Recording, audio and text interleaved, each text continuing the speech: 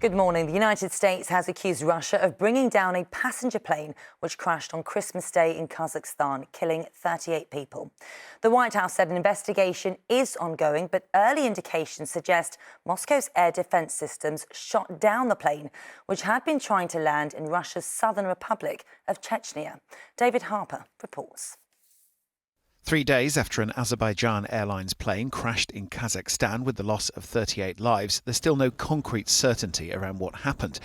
Aviation experts have suggested, though, that pictures of the wreckage indicate that the plane could have been hit by shrapnel. This has heightened speculation that Russian missiles on alert for Ukrainian drone attacks might have been involved. In a statement last night, the White House National Security spokesman John Kirby said they had seen some early indication.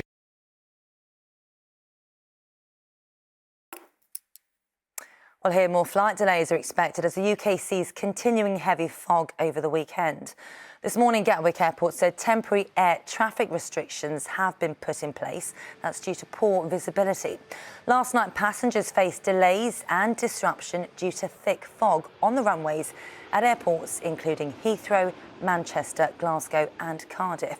Passengers are still being advised to check their flight status before travelling. A 49-year-old man is due to appear in court charged with the murders of 2 women in Milton Keynes on Christmas Day.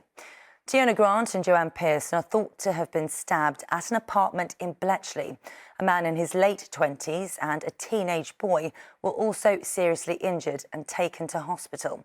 They're said to be in a stable condition this morning. Jaswell Brown will appear at High Wycombe Magistrates Court later today. Nigel Farage says he'll spend the weekend weighing up what action to take if Kemi Badenoch ignores his calls for an apology. It's after the Conservative leader accused Reform UK of fakery after it published its membership figures, claiming to have more members than the Tories. The Reform UK leader threatened legal action after what he called Miss Badenoch's crazy conspiracy theory. The actress Olivia Hussey, who shot to fame following her role in the 1968 film version of Romeo and Juliet, has died aged 73. Oh, Romeo, Romeo, wherefore art thou, Romeo?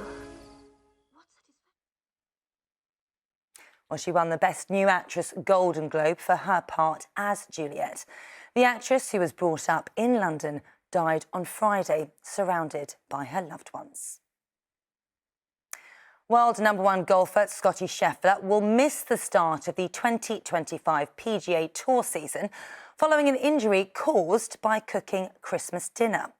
The 28-year-old American had surgery after broken glass punctured his palm whilst he was preparing the festive feast. He's expected to be out of action for about 4 weeks.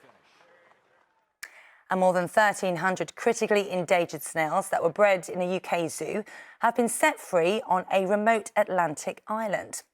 Well, the release brings 2 species of the deserter island land snails back to the wild.